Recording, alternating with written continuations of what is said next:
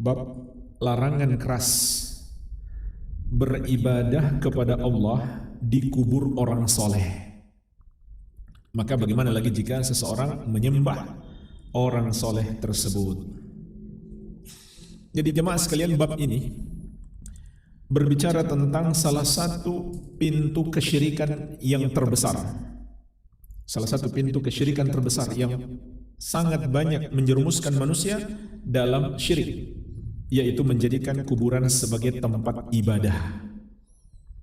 Maka ketahuilah, itu dilarang keras oleh syariat, walaupun sebagian orang hari ini malah dianggap hal yang baik. Bahkan tidak jarang yang memimpin untuk mengajak manusia beribadah di kuburan orang-orang yang dianggap tokoh agamanya, ustadznya, kiainya. Padahal syariat melarang keras perbuatan itu karena itu termasuk pintu kesyirikan. Dan ini bukan sekedar sesuatu yang masih dikhawatirkan. Fakta sudah terjadi. Orang yang tadinya beribadah kepada Allah di kubur orang soleh, lama-kelamaan penghuni kubur itulah yang dia sembah. Ini fakta terjadi. Sangat banyak. Contoh jemaah sekalian, orang yang datang ke kuburan orang soleh untuk berdoa kepadanya. Sama saja dia berdoa agar doanya diteruskan kepada Allah, atau dia yakin orang soleh itulah yang mengabulkan doanya. Ada pula yang datang untuk minta berkah, mencari berkah dengan cara mengusap-ngusap kuburan itu, atau membawa pulang batu dari kuburan itu. Kemudian mereka yakini batu itu bisa memberi manfaat atau mencegah kemudaratan. Ini terjadi. Maka ini bukan sekedar sesuatu yang baru dikhawatirkan di zaman sekarang. Yang dulu dikhawatirkan oleh Nabi SAW, saat ini kita menyaksikannya. Maka pintu yang menjerumuskan ke sana karena menjadikan kuburan orang soleh sebagai tempat ibadah, seperti melakukan sholat di situ, atau meyakini jika berdoa di situ doanya lebih mustajab, atau membaca Al-Quran. Itu semua nggak ada dalilnya. Nggak ada dalilnya bahwa kalau kita ibadah di dekat kubur orang soleh, ibadah kita lebih bagus, lebih baik, doa kita lebih mustajab. Yang ada dalilnya justru larangan keras terhadap perbuatan itu. Mari kita lihat dalil-dalil yang disebutkan oleh penulis.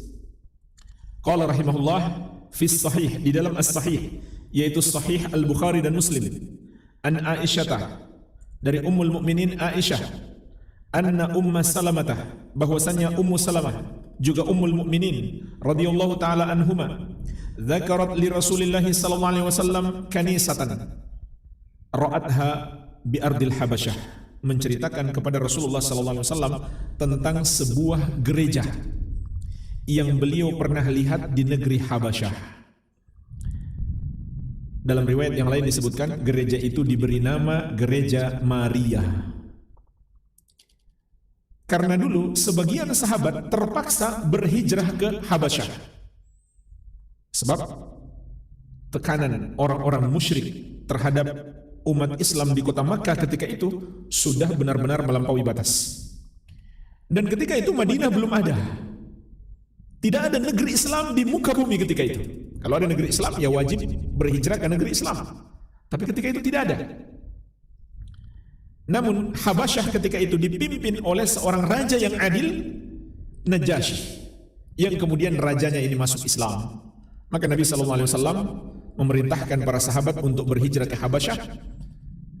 Walaupun itu juga negeri kafir, tapi di sana mereka aman. Dan juga mereka membawa misi dakwah.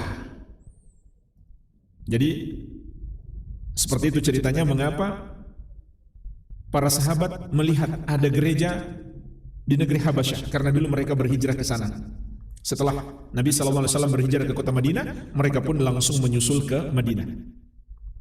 Wa ma fiha minas suwar, juga beliau menceritakan tentang gambar-gambar makhluk bernyawa, patung-patung, lukisan-lukisan yang ada di situ. Faqal, maka Nabi sallallahu alaihi wasallam bersabda, "Ulaika idza mata fihimur rajulu salih awil abdu salih banau ala qabrihi masjida." Mereka itu adalah suatu kaum yang apabila wafat orang saleh atau hamba yang saleh di tengah-tengah mereka, maka mereka membangun tempat ibadah di atas kuburannya. Wasawwaru fihi tilka suwar, kemudian mereka buat patung-patung atau gambar-gambar bernyawa itu di dalam tempat ibadah tersebut.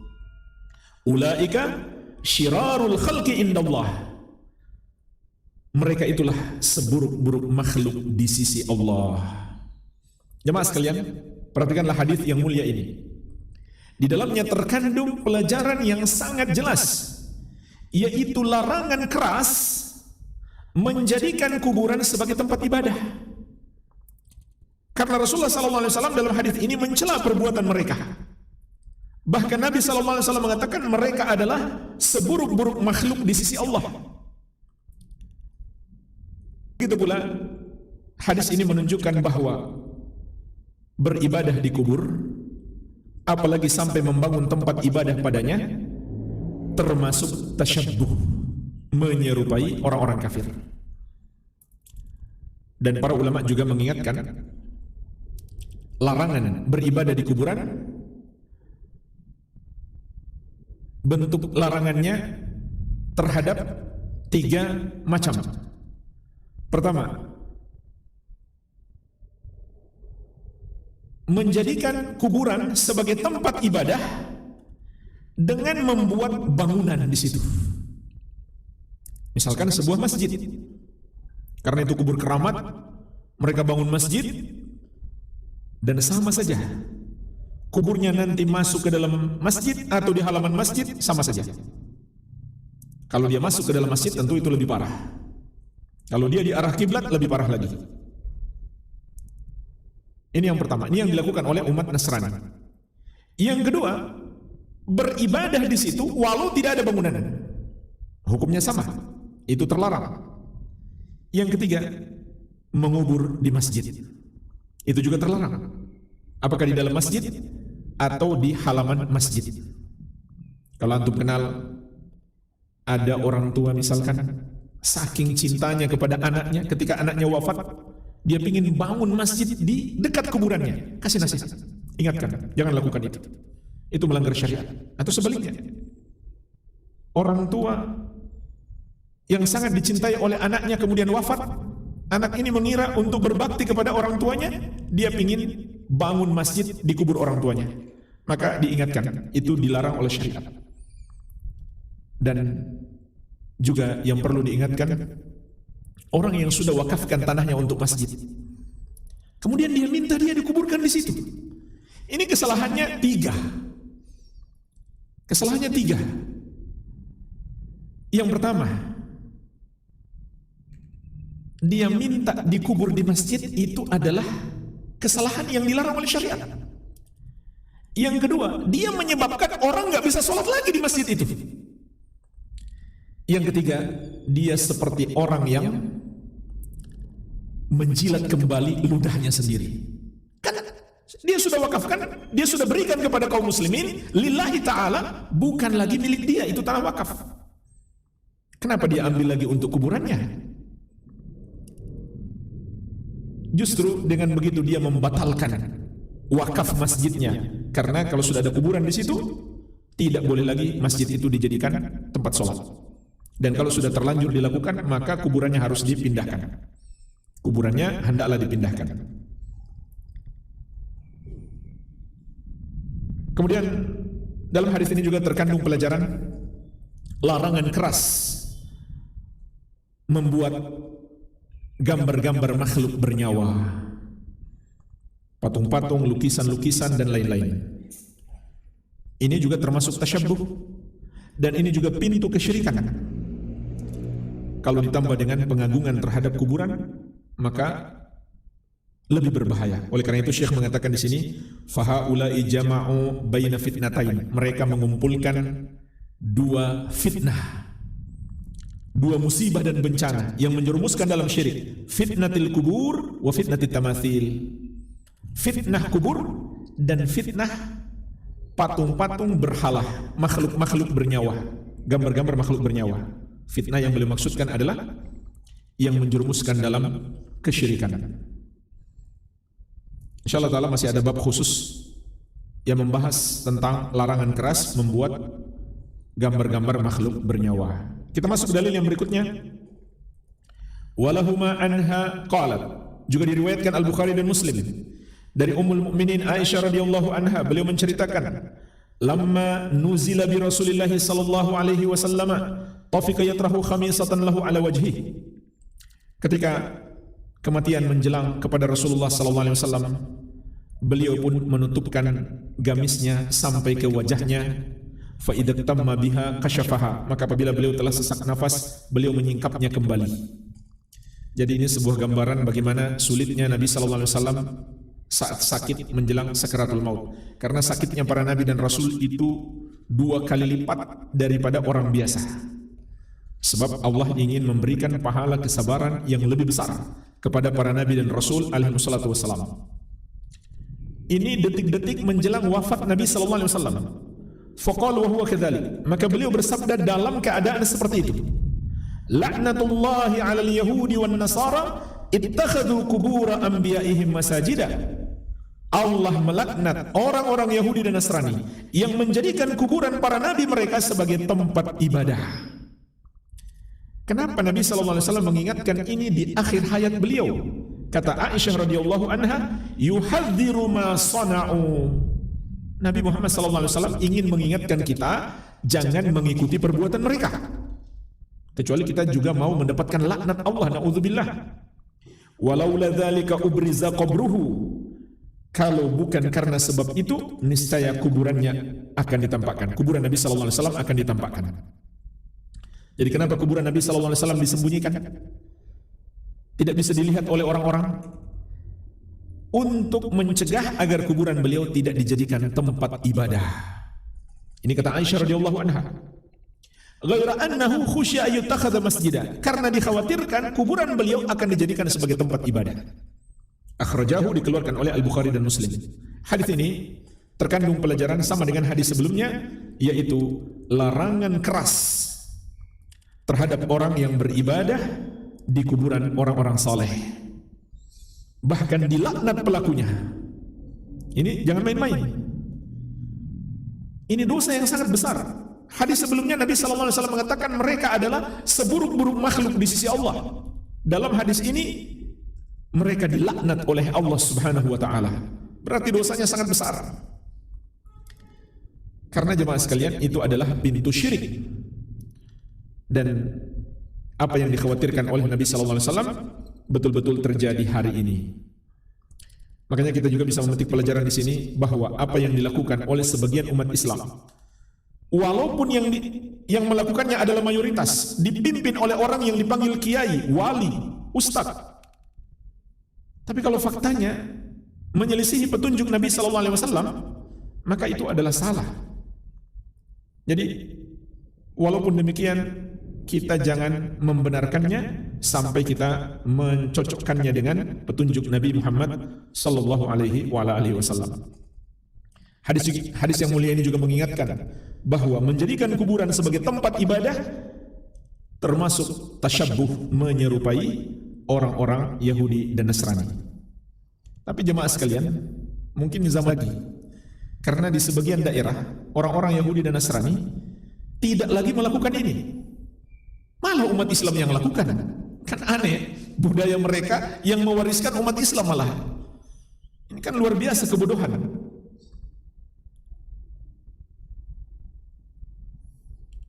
Hadis ini juga memberi pelajaran penting kepada kita, sama dengan hadis sebelumnya.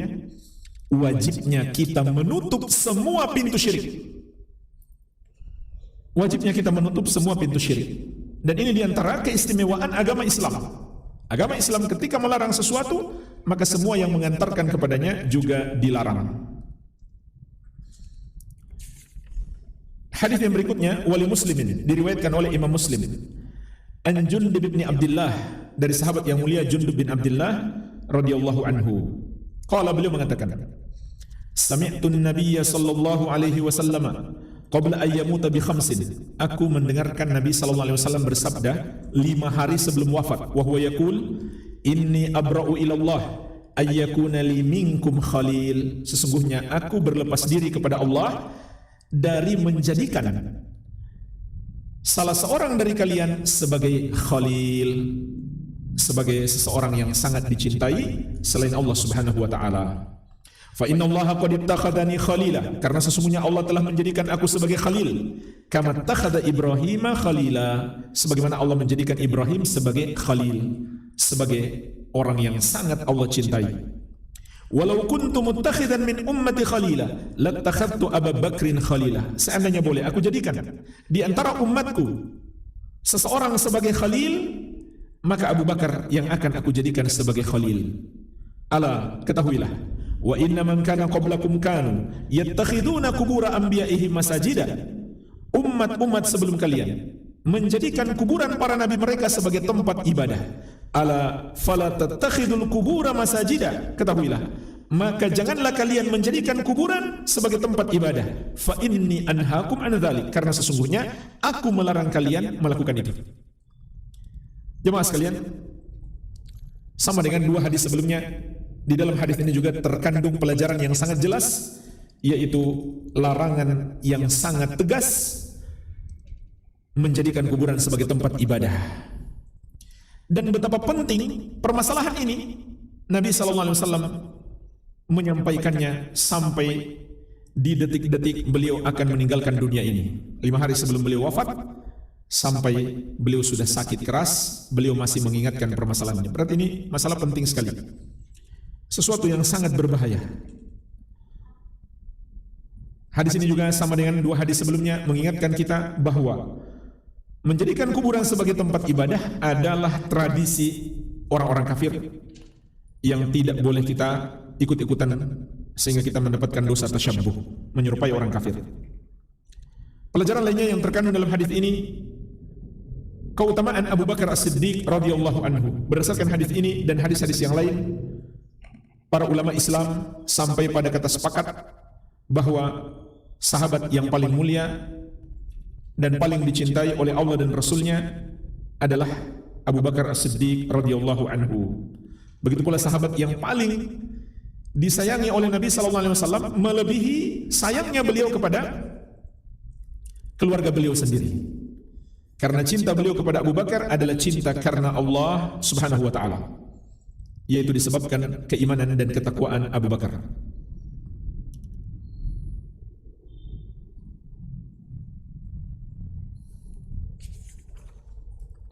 Kemudian Syekh memberi penjelasan.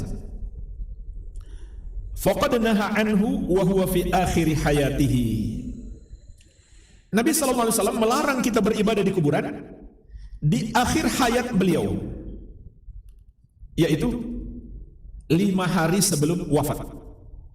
Tsumma innahu la'ana wa huwa fi siyaqi man fa'alahu. Kemudian beliau melaknat perbuatan itu, melaknat orang yang melakukannya saat beliau sudah menghadapi sakaratul maut, sudah menghadapi tekanan-tekanan kematian. Jadi kita bisa bayangkan jemaah sekalian betapa pentingnya permasalahan ini. Walaupun hari ini sebagian orang malah menganggap itu hal yang baik, bahkan mereka jadikan sebagai wisata budaya, wisata religi, wisata religi. Subhanallah.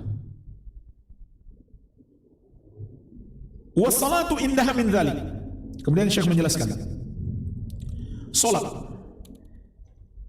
di kuburan itu atau di dekatnya termasuk yang terlarang. Wa in lam yubna masjidun, meskipun tidak dibangun masjid. Wa huwa makna qauliha, dan itu makna ucapan Aisyah, khusya ayyutakhadha masjidah, dikhawatirkan akan dijadikan sebagai tempat ibadah kuburan Nabi sallallahu alaihi wasallam tersebut. Fa inna sahabata lam yakunu liyabnu haula qabrihi masjidah. Sesungguhnya sahabat tidaklah membangun di sekitar kuburan beliau masjid. Jadi artinya walaupun tidak ada masjid, lalu kita jadikan kuburan beliau sebagai tempat ibadah, itu terlarang. Wa kullu mawdi'in yusalla fihi yusamma masjida. Dan bisa jadi dalam syariat setiap tempat yang kita lakukan sholat padanya disebut masjid. Maksudnya di sini kata Syekh, nggak harus dibangun bangunan masjid dulu baru menjadi terlarang. Walaupun tidak ada bangunan masjid, tidak boleh kita jadikan kuburan sebagai tempat ibadah. Karena kalau sudah dijadikan tempat sholat, itu juga bisa disebut masjid. Kama qala sallallahu alaihi wasallam, sebagaimana sabda Nabi sallallahu alaihi wasallam, ju'ilat liyal ardu masjidaw wa tahura. Bumi ini seluruhnya ditetapkan untukku sebagai masjid dan alat untuk bersuci, untuk tayamum. Jadi maksudnya dimanapun kita bisa sholat, dimanapun bisa disebut masjid, kalau kita sholat di situ, kecuali di tempat yang dilarang oleh Nabi SAW, tentu itu tidak layak disebut masjid. Namun kalau dia sudah dijadikan tempat sholat, maka secara bahasa pun itu bisa dinamakan sebagai masjid. Masjid itu kan secara bahasa artinya tempat sujud. Dari kata sajada yasjidu masjidan. Jadi intinya yang ingin beliau ingatkan di sini adalah sama saja kuburan itu ada masjidnya atau tidak ada masjidnya. Enggak boleh kita beribadah di situ. Dan sama saja masjid yang duluan atau kuburan yang duluan. Nah mungkin muncul pertanyaan, bagaimana dengan masjid Nabi Muhammad SAW hari ini? Kan ada kubur Nabi SAW di situ. Kalau begitu nggak apa-apa dong kita sholat di masjid yang ada kuburan. Ini kata sebagian orang. Maka jemaah sekalian, ini namanya syubhat. Minimalnya ada 3 jawaban. Jawaban yang pertama, sesungguhnya yang menjadikan kuburan Nabi Muhammad SAW terkurung dengan Masjid Nabawi itu adalah manusia biasa, bahkan bukan termasuk sahabat. Nggak pantas perbuatan dia kita gunakan untuk menentang hadis-hadis Nabi SAW yang begitu banyak. Ini jawaban yang pertama. Jawaban yang kedua, bahkan sampai hari ini pun dua tempat ini masih berbeda. Kuburan Nabi Muhammad SAW berada di rumah beliau dan sampai hari ini masih rumah beliau, masih kuburan beliau. Dan masjid ada di sampingnya, di sekitarnya. Dan belum ada catatan sejarah kuburan Nabi SAW itu tanahnya diwakafkan ke masjid. Jadi jemaah sekalian, walaupun secara fisik kita lihat sudah terkurung dengan Masjid Nabawi, maka itu dua tempat yang berbeda. Sama dengan pekuburan Baqi. Pekuburan Baqi hari ini sudah berdampingan dengan Masjid Nabawi. Karena banyaknya orang yang dikubur di situ, ditambah dengan pelebaran Masjid Nabawi, sekarang berdampingan persis. Maka tidak ada masalah kalau seperti ini. Karena itu adalah dua tanah yang berbeda. Yang satunya tanah wakaf masjid, yang satunya tanah wakaf kuburan. Yang tidak boleh tanah wakaf masjid, kemudian di halamannya, di halaman tanah wakaf masjid ada kuburan. Itu yang nggak boleh. Walaupun berdampingan, tapi itu adalah dua kompleks yang berbeda, nggak ada masalah. Tidak ada masalah. Baik, ini jawaban yang kedua. Jawaban yang ketiga, andai kita sepakat, kita setuju. Oke, sekarang kubur Nabi SAW sudah berada dalam masjid. Tapi Masjid Nabawi itu spesial, nggak bisa kita samakan dengan masjid lain. Ya buktinya, dalil-dalil menunjukkan dia lain dengan masjid lain, beda dengan masjid lain. Satu solat di situ seperti 500, seperti 1000 solat di masjid lain. Jadi nggak mungkin disamakan. Kalau kita solat di masjid selain 3 masjid, ya sama saja hasilnya, nggak ada perbedaan. Jadi ini pengecualian. Masjid Nabi SAW adalah pengecualian. Maka itu minimal 3 jawaban terhadap orang yang menolak hadis-hadis yang sudah begitu jelas ini dengan syubhat tersebut. Kita masuk ke dalil yang terakhir dalam bab ini. Qala rahimahullah wa li Ahmad bi sanadin jayyidin an Ibnu Mas'ud radhiyallahu anhu marfu'an. Dan diriwayatkan oleh Imam Ahmad dengan sanad yang jayyid dari sahabat yang mulia Ibnu Mas'ud, semoga Allah meridhai beliau, secara marfu', yaitu sampai kepada Rasulullah sallallahu alaihi wasallam. Beliau bersabda, Inna min syirarin nasi man tudrikuhumus sa'a wa hum ahya walladzina yattakhiduna al-qubura masajida. Sesungguhnya di antara seburuk-buruk manusia adalah orang-orang yang masih hidup ketika hari kiamat terjadi dan orang-orang yang menjadikan kuburan sebagai tempat ibadah. Warawahu Abu Hatim fi sahih, diriwayatkan juga oleh Abu Hatim dalam sahih beliau. Jemaah sekalian, hadis yang mulia ini menjelaskan kepada kita dua jenis manusia yang paling buruk. Yang pertama, orang yang kafir. Yang kedua, orang yang membuka pintu kekafiran.